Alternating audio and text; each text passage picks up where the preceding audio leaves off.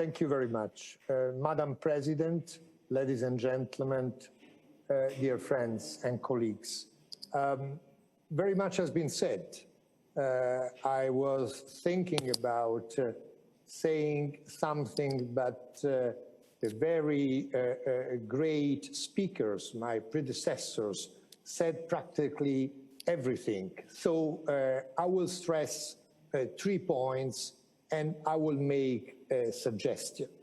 My point number 1 is, first of all, I pay tribute to those who lost their lives and freedom for a free and democratic Iran. We have been listening to some of the witnesses, but unfortunately, many of those who lost their lives are not here. But to their memory, to their courage, to their determination to build a democratic Iran, we have every day, every minute to pay a strong tribute.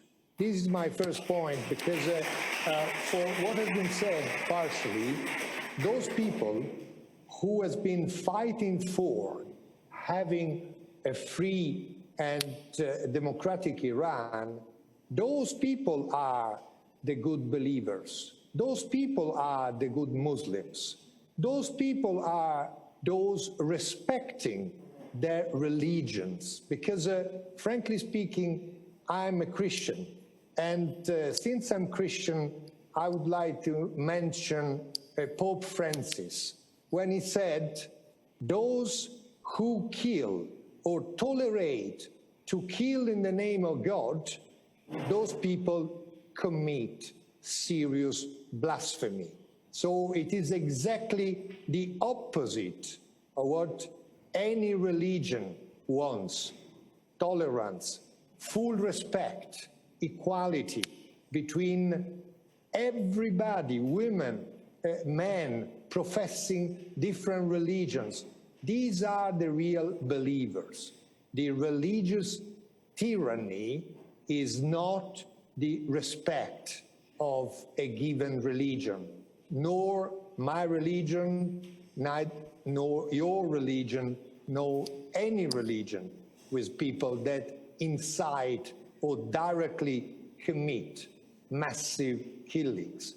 This is my first point, which is my duty, my moral duty, to pay a tribute to those that have been so brave people to put at risk their life and the life of their relatives, their brothers, their fathers, and so on and so forth. But there are other 2 important points that are more, I would say, a systematic point. What should we do with this tyranny, this terrible regime abusing rights and basic rights, non-negotiable rights of millions of people and killing thousands and thousands? Well, one first element is the following. I remember very well when people used to say, okay, but there is some differences between reformers and conservatives. This is absolutely not true. I remember myself when in 2003, as Italian foreign minister, already at that time, I've been starting to negotiate with the other countries about the proliferation, nuclear proliferation of Iran. With the regime at that time, so-called reformers, Mr. Hatami, Foreign Minister Harazi. If I compare those leaders at that time, these are exactly the same as today. I don't see any kind of difference. They wanted just to get something more as a trade-off to be free, to be free hands to continue abuses at the expenses of their people. This is the reality. Don't make any kind of confusion. They are always the same. the ones and the others have only one preoccupation: to follow the orders of the guide. Only one person who is choosing the president, who is deciding what to do and what not to do in Iran. This is the point that we have to dismiss the optimism of some, okay, there is a better leadership. There is no better leadership. There is only the same guidance to continue with oppression and abuses. And the second element, which is strictly connected, when we talk about the other argument, which is quite often used by those that directly or indirectly supporting this regime. Okay, we have to lift sanctions because the sanctions are affecting innocent people, are affecting the daily life. Is absolutely not true. It's a matter of fact. You told us that more money they have, more money they spend in the nuclear program, at the expenses of the ordinary people, not by distributing in the ordinary people daily life to improve the quality of life of Iranians. So I'm supporting the idea of being, if possible, stricter, not weaker, while dealing with the sanctions for violation of international rules by the regime of Iran. No complacency. We have to know every dollar more will be spent by improving and strengthening the military and nuclear apparatus against the people in the squares, in the streets, or by, as it has been said, by, I would say, increasing the nuclear capacity to dominate, to intimidate not only the people of Iran while they protest, and they protest very much compared to the past, but also to try to dominate in the region against the countries of Middle East, and so contributing greatly to destabilize the whole of Middle East. This is the second element concerning the nuclear program, leading me to say we have to be very firm, especially after the recent, few weeks ago, a common declaration put forward by the P5, the 5 countries having the veto power in the Security Council, that jointly warned the world, but in practice they warned Iran about the extremely dangerous proliferation in a world which is complicated enough to not tolerate any kind of progress in the proliferation of nuclear weapons. This is my first point concerning the nuclear program. But the second point is echoing what the Prime Minister of Sweden just said. We run the risk of isolationism, of thinking about my country first. I don't care about what happens outside the borders of my country. Terrible mistake. And what is the confirmation that is so terrible mistake? Think about terrorism. Think about destabilization. If we don't care about such as real problems where they are far from us, sooner or later they will come to our home, they will come to us. It is demonstrated by the terrorist attacks committed by the people sent by the Iranian regime to kill innocent people in the territory of Europe. This demonstrates exactly that if we ignore what they are doing, sooner or later they will come to kill in our neighborhood, if not in our garden or in our house. This is why it's so important to be very firm, and the prevention against empowerment, increasing power and increasing capacity of this bloody regime is not only a moral duty, not only the protection and promotion of universal rights, that being universal rights should be part of our policy, of our guidance, but it corresponds also to our practical interest. If we ignore they will be stronger. They will organize to kill and to affect our countries, and particularly people like you that live in exile outside Iran. So it's a protection of universal rights, and together a protection of the Iranian communities living abroad and our countries that are the hosting countries of those communities.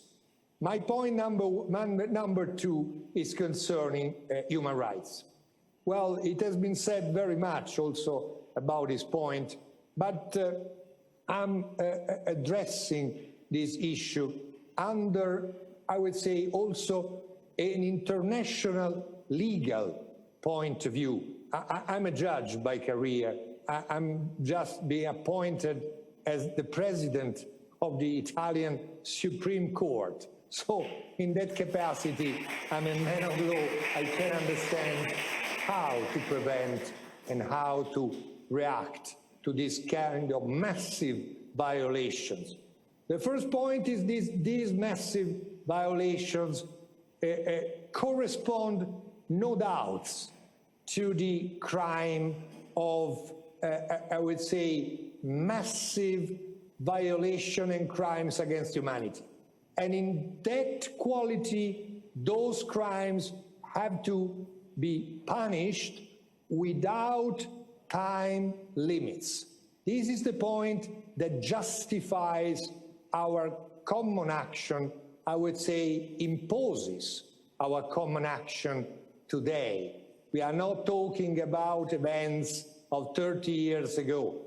We are talking about the duty of punishing crimes that cannot disappear. Those crimes have to be punished independently, regardless the time, because otherwise it would be too easy for a bloody and dictatorship to try to cover the evidence, to try to hide behind the time which is passing years after years. This is absolutely not possible. How to do? This is the real point. We need, in my personal view, three ways. The way number one is the political goodwill.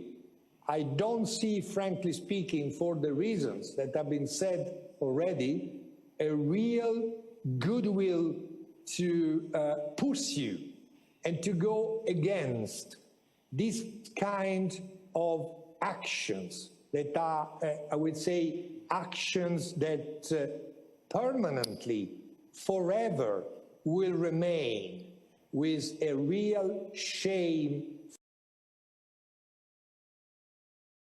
which is divided. In some cases, we see people and group of people and even political parties that have expressing the terrible theory: we have to negotiate, we have to persuade, we have to convince the Iranian regime to give up. That attitude to a bloody, I would say, killing or torturing or imprisoning political opponents. Absolutely stupid. You cannot imagine that a regime like the Iranian regime today or yesterday or the day before yesterday is persuaded. They are keeping the power, they are keeping with the violence and with the abuses because, as Madam President said at the very finish, and we have just to encourage that moment. How? As I said, with more political strength and more political goodwill, but also with international legal elements. It has been said already, the free and independent international investigations carried by United Nations, but I can also suggest another way. Nobody said about that. We have in the European continent a quite important instrument, which is the Council of Europe. The Council of Europe, made by more than 43, 44 different countries, so well beyond the European Union, the Council of Europe relies on the European Convention on Human Rights. European Convention on Human Rights is an element, is an instrument, is a legal instrument which includes exactly all the principles that have been mentioned concerning the different components of a democratic state, of a democratic system, of a democratic, free, fair, multi-religious state, and so on and so on. In that convention, there are all the principles that have to be just implemented. And there is a good tradition in the Council of Europe. The Council of Europe is frequently opening investigations, publishing reports after serious investigation and including important element, factual element, legal element, and makes important proposal. And since we are talking about a council made by many more countries than simply the European Union member states country, we I consider we could make a good use of the Council of Europe to have more leverage, to put a pressure, or at least to share the awareness to those countries that still don't understand or want to ignore this terrible situation of Iran. Why so important? It's so important because the people of Iran, those that you represent today, every day, the community of Iranians living abroad, those Iranians that stay in Iran running the risk every day, those people cannot feel alone.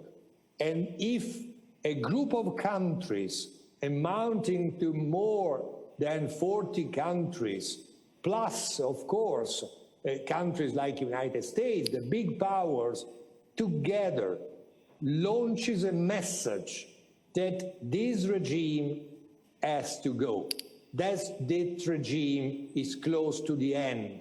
This regime cannot use the power to kill its people instead of improving the quality of life of its people. If they feel not alone, but well supported by this kind of way by the international community, I think you yourself and your friends that stay in Iran and those others that live in the group of countries we are talking about, they will feel reassured that they have behind a good group of country ready to raise the voice and to act in concrete. I'm saying so because this year my country, Italy, is holding the rotating presidency of the Council of Ministers of the Council of Europe. So in that situation, I would encourage, if you agree, of course, Madam President, to go to the Italian ambassador to Strasbourg, to the Council of Europe, to make an appeal to intervene and to mobilize the Council of Ministers of the Council of Europe to make all of them aware about a situation that probably, I'm afraid, they don't know completely, they don't know in full, and they have to know. And my final point is the following. As a man of law, as a judge, and particularly in the Supreme Court, I think we have to work again. It will happen not tomorrow, to create an international jurisdiction, maybe by strengthening the role of the International Criminal Court. I understand there are serious legal problems, but we have to try to overcome politically this legal problem to have a universal binding jurisdiction on the violation of non-negotiable human rights. These are universal rights. I don't understand why before universal rights there is not yet, I would say yet, an universal jurisdiction to punish those that have committed such as horrible crimes. This is my wish. This is my personal wish, while recognizes the enormous efforts of you, of the resistance, of the communities of Iranians abroad, but being aware that if we don't find a concrete way to punish, to stop, to isolate this bloody regime, it will take a longer time we would like. Thank you very much.